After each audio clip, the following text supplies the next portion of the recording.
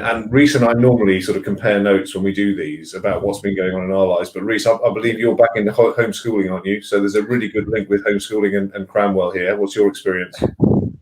Well, day one, it's been quite interesting. My son was taken out of school. The kid in his class was confirmed positive towards the end of last week. So now they're all on homeschooling. But I got a fascinating insight today. They've now obviously got all the tech sorted. So they're doing the conference call. He's 7, but he sits there at the kitchen table, all his buddies online. And it's a really good insight because you can see how the teacher teaches and what they're doing. So I actually quite like it. I was having my breakfast next door to him, kind of watching off camera. Yeah. And it's hilarious that all these kids just really getting into it. They know how to mute themselves. They know how to come up on camera. Yeah. It's great.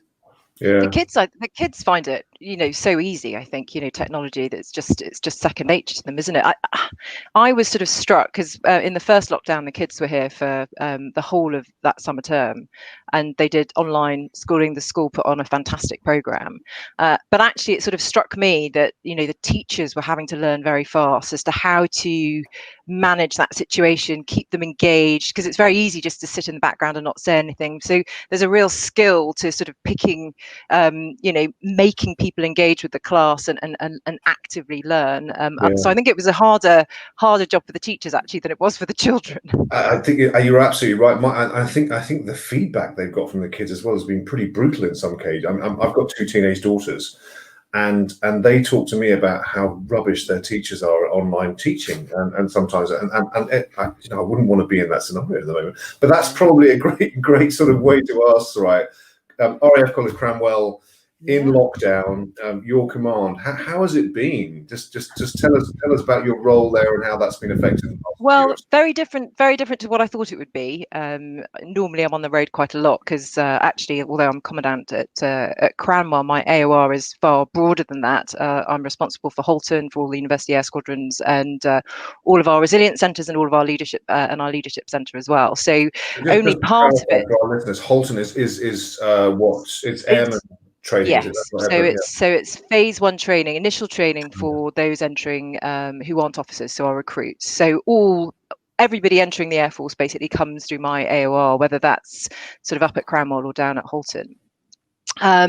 So normally I'm on the road a huge amount, which clearly from April of this year stopped almost completely. So like everyone else in the military, used to going into work every day or traveling around, suddenly found ourselves sort of working remotely wherever possible.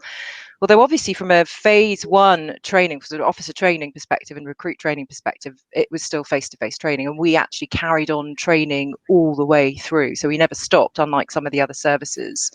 Our chief, and from a strategic perspective, we needed to keep the flow of people through the training system in order to feed the front line ultimately, which was a significant challenge. We had to adapt very rapidly whilst delivering the training. So yeah, it was a pretty turbulent sort of kind of 5 or 6 weeks until we got established in the new sort of battle rhythm and new normal. I think that's a really important perspective actually, because people probably don't realise that there's an output requirement here. People see Sandhurst, Dartmouth, Cranwell as places where officers are trained, and that just sort of happens, and everyone becomes officers. But I like the way you put that in the context that we have to feed the front lines. Really important. So has that been a challenge? Yeah, it was a challenge, and at Halton we had to reduce the course sizes by about 50% for almost 4 months, just so that we could accommodate, because we had to implement all of the government restrictions. We had to obviously try and keep our staff and our students as safe as absolutely possible, and adhere to sort of public health guidelines. So we had to reduce course sizes. We had to change the way that we delivered the training. We had to rapidly, change an exercise that would have taken place up in Spade Adam or Otterburn or somewhere else. We couldn't travel, so we had to do it locally. So these are sort of, they sound like small things, but they're actually huge things when you've got exercises and scenarios and everything that's kind of very well organized and takes months of planning to suddenly, whilst you're delivering it, trying to change it was genuinely difficult. And of course you had to manage people's reaction to COVID as well. And you had this, I think I was most surprised by this is the range of reactions to this global pandemic that you get from people. The right of arc being, oh, fine, crack on, no problem, we can continue to deliver. To the left of arc, people genuinely terrified, for themselves, for their families, thinking that they might die. And you had that, irrespective of, you might think, oh, you'd get it from the people who were in the vulnerable age category, and yes, maybe, but you also got it in very young, fit, healthy, cadets and recruits. So trying to manage that and reassure them, so that they could continue training, that you didn't have the sort of panic and that fear sort of spreading, I think was a really interesting challenge and quite difficult. So, right, looking forward 9 months into the future, when hopefully we'll be in summer, the vaccine may have kicked in by then. In terms of the ways of working at Cranwell and how you deliver training, what have you changed right now, and what's going to stick in 9 months' time? Are you doing things better, in your opinion, now than you were before? Is there any practice that you're going to keep doing? In terms of officer training, we introduced a brand new course anyway. So that was scheduled to commence in August. So that course has started, which is a huge change in training philosophy and the way that we deliver training. And clearly we've wrapped the sort of COVID restrictions and mitigations into that. So it will be nice to sort of remove some of those restrictions. We've had to spread out, reduce the class sizes, take over more real estate, sort of almost create sort of bubbles and cohorts. So it'll be nice when that relaxes and things can return to normal. But in terms of what we train and how we train, I don't think, we've tried where possible to not allow it to impact on what we're trying to achieve from a training perspective. I think more broadly, and you look at the headquarters functions and you look at the other bits that are required to keep the training kind of machine going, then absolutely. I think the Air Force had an aspiration to move to a much more flexible way of working, to try and accommodate people's different, family circumstances, home circumstances, the need to be able to work from home, etc. Being connected. We've kind of leapt forward 10 years, I think, through necessity in COVID and the crisis, and I don't think we will return to the old way of being in work, for however many hours of every day, that very much sort of, I think, epitomized, military working ways. So I think the good bits will definitely stay, and I think we will offer people a lot more flexibility and the ability to work remotely, when it suits and when it works. Yeah. And do you think the pandemic has made it easier for you to push through change over the last 9 months? So that's really interesting, and I think, a crisis always brings other crises to a head, and if there were frictions and issues that were perhaps bubbling beneath the surface previously, then a global pandemic is definitely going to bring them to the surface, and enable you to deal with them. So I'm definitely a sort of a glass half full kind of person. So in all of this, I think I've tried to seize the opportunities and look at how we can perhaps make the best of what is a horrible situation. So yes, it has, we have managed to capitalize on some of the opportunities that revealed themselves. In terms of the new course, I think it gave us the breathing space and time to be able to bring that in better order. We had more people dedicated to that task, so I think it's been a much smoother transition to this entirely different course. We have generated new ways of working in other parts of my enterprise, so we've put a lot of stuff now virtual, and consequently we've reached a much larger audience in some areas. For example, in the TED Academy of Leadership, they've come up with a really exciting leadership program. The chief of the Air Staff's leadership conference was done virtually this year, and 500 times the number of people could attend. So we won't return back to the old way of doing things anymore. So I think there have been real opportunities. I think we've had this sort of overarching modernization of training program, which we call Mercury. We've managed to sort of speed that up in some places, which I think is absolutely great. And so in some ways, it's enabled me to deliver what I wanted to deliver more quickly. So that's a great. I mean, it sounds like you've had a great pandemic, actually. But in terms of your leadership journey, and we often talk, in the Crystal Group about the need to build the aircraft in flight. When you're talking about transformation, there is never a good time to introduce change, and I think our listeners will get so much out of the fact that you've taken opportunity from this, and it does take courage and it does take commitment. And I'm interested to know, how's that impacted on you personally as a leader? What have you learned most from this experience? So I think I think I mean, I like to learn from every experience, and I think leadership and how you lead personally is absolutely a process of evolution. And I'm definitely a very different leader to the way I led in my younger years, and I'm sure I'll be different and hopefully better in future. I think it is really important to reflect. I mean, I talked about the turbulence that we encountered, really understanding, and being surprised by the way in which people reacted, and then having to put in place plans and ways of dealing with that. I mean, it's a leadership journey for me just as much as it is for anybody else, and you definitely learn more about your people, more about how to get the best out of them, after crises. I think it is important to reflect and understand what you've done well and what you've done badly. And I think actually one of the big lessons I've learned is, we try, and as a leader, I, absolutely try and empower my people. I want them to feel as if they can make changes. But, leading in a crisis, I think, really reveals whether people genuinely do feel empowered or not. That ambiguity that of course we had in the first sort of few weeks, definitely maybe in first few months of the pandemic. Some people really rise to that challenge. They see it as an opportunity, they grab it, they come up with solutions, and they much prefer sort of that ambiguity. Others are completely toppled by it, and they just want to be told what to do and how to do it, and they sort of need direction. And to me, sort of reflecting back on it, and it's not necessarily to do with rank or experience, it's to do with individuals, and I think how genuinely empowered they feel to change their own circumstances.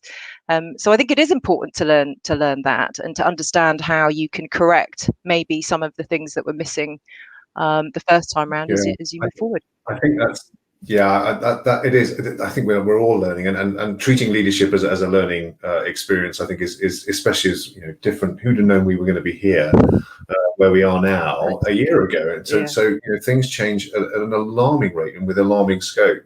Does that impact upon what you see are the needs and qualifications and attributes of a successful RAF officer, looking at the cadets coming through and actually the junior ranks coming through Holton and the University Air Squadrons as well?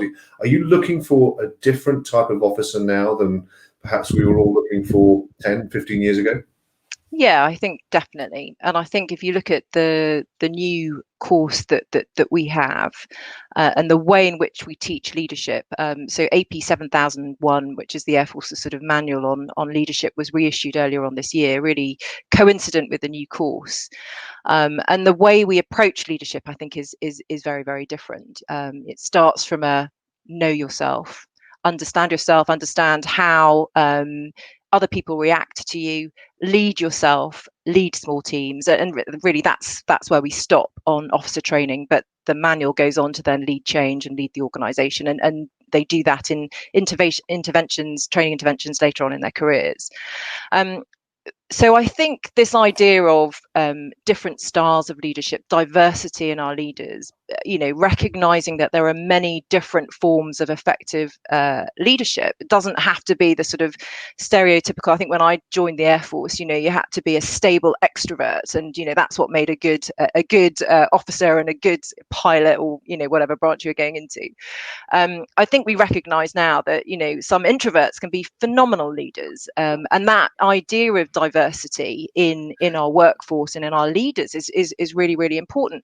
And I think if you look at the way in which the operational context is changing, the way in which operations are changing, technology, remote operations at home, things like COVID pandemic, working with a vast array of different organizations, different militaries. I think that requires a different skill set, and more importantly, the ability to change your leadership style depending on the context and the situation that you find yourself in, or the team that you're leading. And I think that's what we're trying to do at Cranwell, is absolutely, we've moved away from, pine poles and assessment, and to a much more coaching and mentoring mentality, to try and encourage people to really analyze themselves, understand how effective they've been, and understand how they could be more effective in whatever situation they're in. I think that's absolutely necessary with the new generation as well. I think their expectations of, what they want in a career, I think their values, I think their approach is very different. And I think we need to, if we talk about the next generation Air Force, which is sort of where the RAF is focusing its attention, and sort of Astra, which is our journey over the next 20 years, this is absolutely what it's all about. And that idea of real diversity in our leaders, and the ability to cope with a vast array of different things. Suraya, we had a great conversation with Major General Paul Nansen, former Commandant Sandhurst, a few weeks ago, and we asked him a question about Army stereotypes and stereotypes of Sandhurst officer cadets. Are there any stereotypes of the Cranwell cadet RAF officers, young officers, that you feel like you need to challenge? So that's interesting. I think I don't, because we're a much newer service. The Air Academy has been around we celebrate our 100th year this year. We don't have that huge kind of legacy of tradition that the Navy and the Army have, and I think in some ways that frees us a little bit more in terms of who we are and how we are. I think the Air Force is absolutely, and has always been, a meritocracy. We have always recruited people on their ability rather than their background or where they've come from. And I think that is a key strand that I think, and maybe stereotype. I think we are a meritocracy. I don't know. I mean, I'd ask you. I mean, you were both in the Army. What do you think the stereotypes are of Air Force officers coming out of Cranwell? I mean, we're going to get into very dangerous water if we start making our opinions on dress regulations and things like that now. But I think you're right. I'm happy to jump in on that, Rhys, because I was lucky to spend a good deal of my Army career working alongside the Air Force, and actually was in a joint unit for 2.5 years. I totally understand what you're saying about it being a meritocracy, and it was hugely refreshing for me at the time, and challenging actually, because people actually called you out for how good you were. In an honest fashion, and I think that is a great. I think it's a point of inspiration for any leader to make sure that those sort of stereotypes that we all add to leadership roles in whatever organisation we are need to be translated into points of performance. I think that's really important. But I know, Suraya, that you've been through a highly successful career. One of the things that you've done is be a qualified weapons instructor as well, and that is all about very quick thinking. It's about processing and analysing data very quickly and producing solutions from it. Do you think that influences your leadership style to this day? Is there anything that you would say from the qualities you learned by being a QWI that you would say is a good lesson to learn for leaders in the wider community? Yeah, I think so. I think in the aircrew world that I sort of cut my teeth on in the Air Force, it's a very different style of leadership to other parts of the Air Force, but also the other services as well. Certainly on the fast jet squadron that I was on, 40 of us, you're all officers, so you're leading, and as the weapons instructor, you're the sort of tactical leader of the squadron. You're leading peers and people who are far more experienced than you, and people who are more senior than you from a rank perspective. And so it is a very different type of leadership to one that is based on rank and hierarchy. Professional credibility is absolutely, vital, and it gives you I suppose it gives you your position and your authority in a way to be able to tell even, you know, the squadron boss that they've done something wrong. And I think, again, the way that you bring that team of peers and senior officers together and lead them, I think does teach you some very important skills, probably skills that other people don't learn until much later on in their career. And yet we start with that in the aircrew world. We're not let loose on sort of more junior ranks and sort of a larger cohorts of people until we get more senior. So it's sort of a backwards way of kind of learning leadership. And I know that it's quite difficult sometimes to explain to you know, officers in the army, you know, you know, what form of leadership that is, because it's not sort of recognizable in the same way. But I think it does teach you some very, very valuable skills. I think that's really important. And actually, just going back to the meritocracy piece, you are, you know, and we can't deny this, you're the first female officer to command Cranwell. And that's not the only first that you've achieved in terms of diversity. And you mentioned this before in just a couple of minutes ago. I think you know what you're doing is amazing, not just because of who you are, but the way you're doing it. And I think hopefully our listeners have got a really strong appreciation for that so far in our chat today. But let's talk about diversity and inclusion, and let's talk about it in the forces. And Suraya, happy for you to talk as much or as little as you want about your personal journey and your experiences. But I think more importantly, tell us what the RAF is doing well in terms of diversity and inclusion, and perhaps tell us what it could do better, and through the lens of perhaps what we could all learn from that. Wow, that's a big question and a big subject. So I think, first of all, my own sort of personal journey is interesting because my perspective has changed, you know, a lot. You know, when I joined a vastly different Air Force, I kind of knew what I was joining. I was joining a boys' club, and they liked it. They liked it to be a boys' club, so I was the outsider coming in. And in a way that was sort of quite easy to deal with. You knew what to expect, but it was also meritocracy. So, you know, so long as I proved myself, so long as I could prove that I could do the job, I was accepted into that team, and I was sort of one of the gang. And I think in my younger years, I absolutely just believed wholeheartedly in equality. That don't mention to me that I'm a woman, don't point out to me that I'm any different to anybody else. If I'm good enough to do the job, then I should be able to do it. And I still think in some ways that's the absolute nirvana. That's where we should be aiming. And in a truly equal society, that's how it should be. But I think my time and experience and a bit more maturity has sort of taught me that it's not so simple as that. There are a lot of hurdles to get over, and actually, you know, I'm now I recognise much more the role that I have in terms of who I am, what I've done, in terms of allowing other women to see that it's possible. So I think I've mellowed a lot more there, and I take a much more active role in mentoring and role modeling. You know, I don't like that term, but trying to encourage other people to believe that it's possible. That sort of seeing it to believe it type adage. So my own personal journey has changed quite a lot.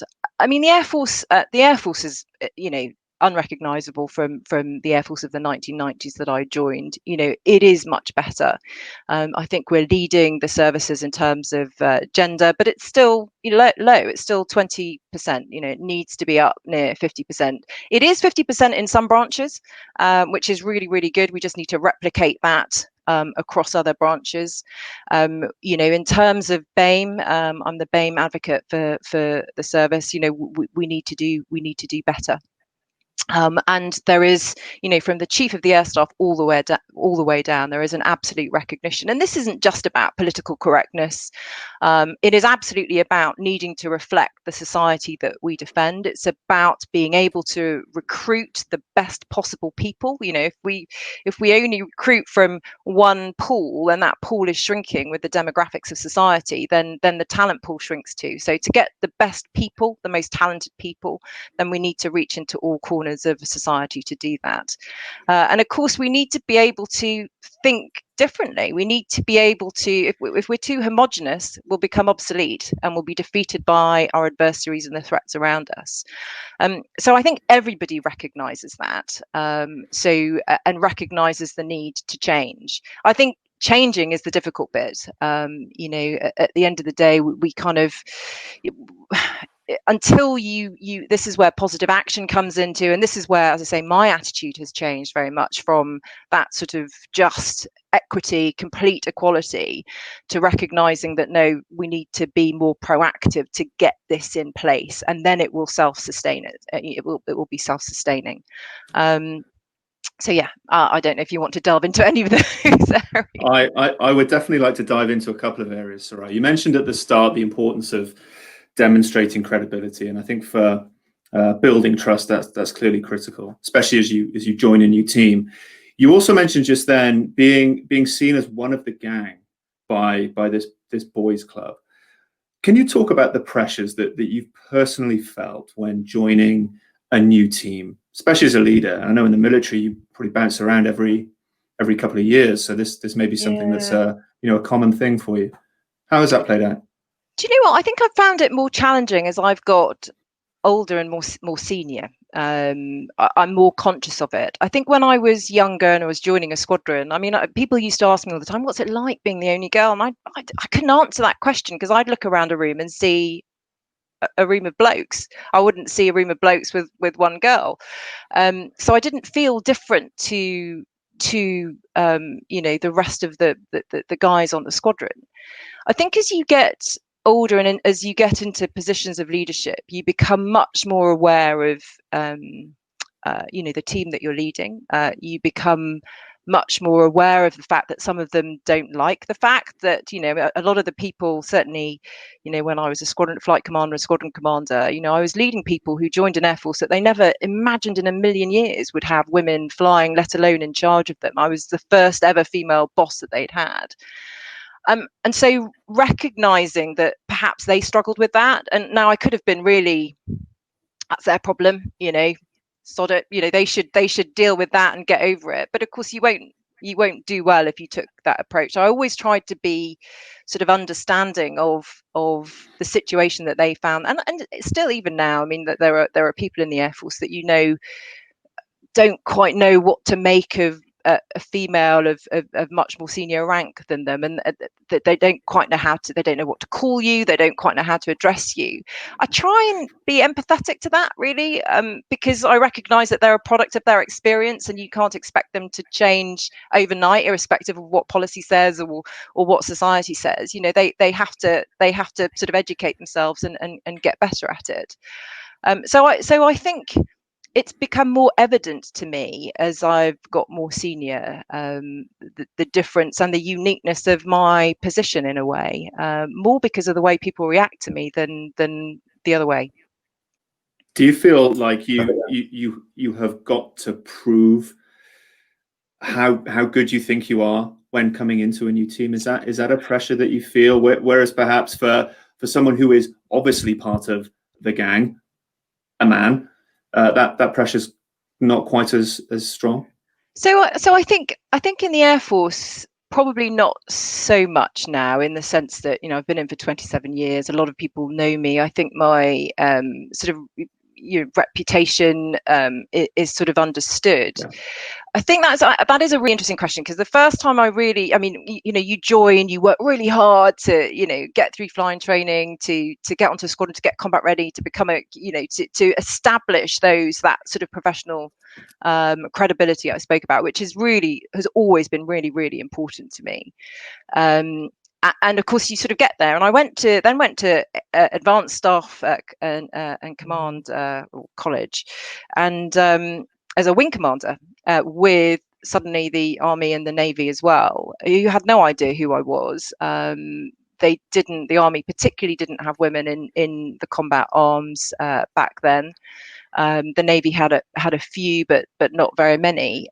So I was sort of an anomaly. And I do remember sort of sitting in a syndicate room discussion talking about some operational thing, and some people almost going, why on earth have you got an opinion? What have you got to, say about this? And sort of being genuinely surprised that I had to, for the first time in quite a long time, make people understand that I did have something to say, and that it was totally appropriate that I could comment on this, because I'd, been on operations, I'd been to war, done all these things. And that surprised me. I think I wasn't expecting to sort of meet that at the rank of wing commander. And the same, I've worked in MOD a couple of times. I worked in the ops directorate back in 2011, and I think I must have been one of the first female officers to actually work in the ops directorate. I mean, there are more there now. But people automatically assumed that I was a civil servant. And again, I'd go to meetings and I'd start commenting, or I'd have something to say, and I'd have this sort of a horrified look, like, why is this civil servant commenting on? Because presumably you're not wearing a uniform, right? We're in, exactly. predominantly. That's fascinating. Yeah. So, there is this. You put yourself out, and even now, and that's happened so many times. I worked, I was military assistant to the vice chief, and again working predominantly in business attire, so not uniform. People would walk past me and not, they would assume that because I was a woman, I couldn't possibly be the military assistant to the vice chief, and they'd go to sort of the 30-year-old, young guy sat behind me, assuming it was him, and it was sort of a source of amusement in the office. I think that's fascinating, and that's such a great insight from your perspective, just talking about gender in the sense of gender in diversity and inclusion. But I'd like to take this back to something you mentioned at the beginning of our chat today, which was we were all looking for the stable extrovert. And I think what you've highlighted, Suraya, from telling us your story, and thank you so much for that, and also the way you're changing officer selection, leadership training, in terms of looking across a much broader perspective of understanding, is a really important lesson for leaders now, because I think the only way to challenge stereotypes on diversity and inclusion, negative stereotypes, of course, is to increase that sense of understanding. That people have to look beyond what they see, and it sounds so obvious, but the great story from the MOD that you tell us that it's just not true, and people need to do some work on that. So I think do you agree, therefore, that the qualities of leadership that we're looking for in the military are about, first of all, understanding the people that are going to be working with us? Absolutely. And you know what, I think if I look at what we're doing at Cranwell, I talked before, we've removed a lot of during the sort of teaching part of the course, we've removed a lot of the assessment. It used to have a lead, it was a pass fail, and then you'd move on. We clearly assess at the end to make sure they've achieved the right standard, but we just use a sort of coaching and mentoring approach. But it really struck me that we had this new course, we had this new syllabus, we had a new way of teaching, we had this fantastic training philosophy, but we had the same old instructors. And in some feedback groups that I had with some of the cadets or young officers who graduated, at the beginning of this year and last year, I got a real sense of, again, that their feeling that they had to sort of bend themselves out of shape and try and pretend to be a certain type of leader. They had to sort of fit this stereotype, which made me realize, well, actually we need to address the instructors as well, and actually we need to change their view of what good leadership is. We set the conditions with the syllabus, with the way in which we teach it, but we need to make sure that the instructors are in the right place. And actually that sense of unconscious bias, the fact that good leaders are often, people who are inherently quite masculine, quite forthright, quite, they say it as it is, they're very directive. That's just one form of leadership, and it absolutely has its place, but it's not the only kind of effective leadership. So we have done some work, we've done some workshops with the instructors, trying to get them to understand perhaps their own unconscious biases. I mean, nobody sets out to be biased, but we're all products of our experience. So we need to keep learning. It's the older generation that need to actually work more on this than the new generation coming in who just inherently get it. It's sort of in their DNA. I think that's a really interesting perspective. And again, I was at Sandhurst many years ago, so it may have moved on, and perhaps this would have been a good question for General Paul. But that diverse approach, I didn't see at Sandhurst, and they very much are proud of the fact that they use an infantry model in order to teach leadership. Well, of course, that's a very narrow view. That's where it does pay off to be aggressive, masculine, in your face, say it how it is, and it doesn't pay to be slightly more introverted and thoughtful. And I think that's very much reflected in perhaps the product that comes out the other end at Sandhurst. No, indeed. And I think you sort of cast that forward, you know, and that kind of leadership absolutely has its place. I'm not saying that it's obsolete. It's not. You know, for those roles and those circumstances when you're in, you know, really, really difficult, you know, war type operational scenarios, you absolutely need to be able to do that. But you look at the vast majority of roles sort of in the Air Force going forward. You look at cyber, you look at space. You know, we need to be able to attract people who do things differently. You know, if we take cyber, for example, if we can't compete with the gaming industry and with, you know, private corporations in terms of, you know, huge salaries and all the rest of it, but we can offer really exciting careers in cyber, in offensive cyber, you know, the opportunity to, you know, seek out the vulnerabilities of a different nation and come up and design, you know, things to attack them. I mean, that's, you know, you can't do that legally anyway. So I think we can offer a real challenge, but we have to recognize that perhaps the individual who's going to be brilliant at doing that does not want to spend 5 months bashing a parade square, is not going to be happy with, you know, short back and sides and you know, being in uniform every day. So there has to be a compromise. And, you know, of course the Air Force is trying to do this. We've got the beards policy, we're reviewing women's hair, etc. We're trying to be more modern. We've got to try and appeal to that diverse range of people who have a huge amount to offer the service, and we've got to make sure that we offer them the kind of career that is attractive to them too. Well, I think a short back and sides is the only option available to Gerry at the moment. So I was about to say some of us just run out of options on that completely. And I know there are much more healthy beards out there than mine as well. But you know what? I'm just going to go with it. Suraya, what a great way to sum up a conversation in the fact that, you know, we hear from you very clearly. The forces has a role to represent society and to defend society, and therefore set itself apart from society, and therefore that is a leadership challenge. And I think, you know, I think all organizational leaders can take some inspiration from that and some guidance. But my goodness, what a rich discussion. We could probably go on for an hour or so. I know you're an extremely busy person. I'm so impressed and so thankful for you to have come on. You've achieved so many firsts in your career, Suraya, and you're doing great things. And you know, we wish you the very best to continue building the aircraft in flight at Cranwell and for what happens beyond that. But if I might just ask one more question, given everything you've seen in your career, everything you've seen change in the world, what advice would you give to the 18, maybe 21-year-old Suraya Marshall that was considering joining the Air Force as an officer? Do you know what, Gerry? I wouldn't change a thing. I genuinely, I really wouldn't change a thing. I think this career and everything that I've done I've loved every job I've done. If you're somebody who seeks challenge, new things, new skills, a continual journey of learning and opportunities that you just wouldn't get in other areas, I think, you know, a career in the Air Force, in the military, still offers that, you know, in spades, even in the changing, maybe even more so in the changing context that we find ourselves in. I'd say go for it. Well, I'd say it's worked out pretty well for you. So I think congratulations. And Suraya, thanks so much for joining us today. No, well, thank you very much. Lovely to speak to you.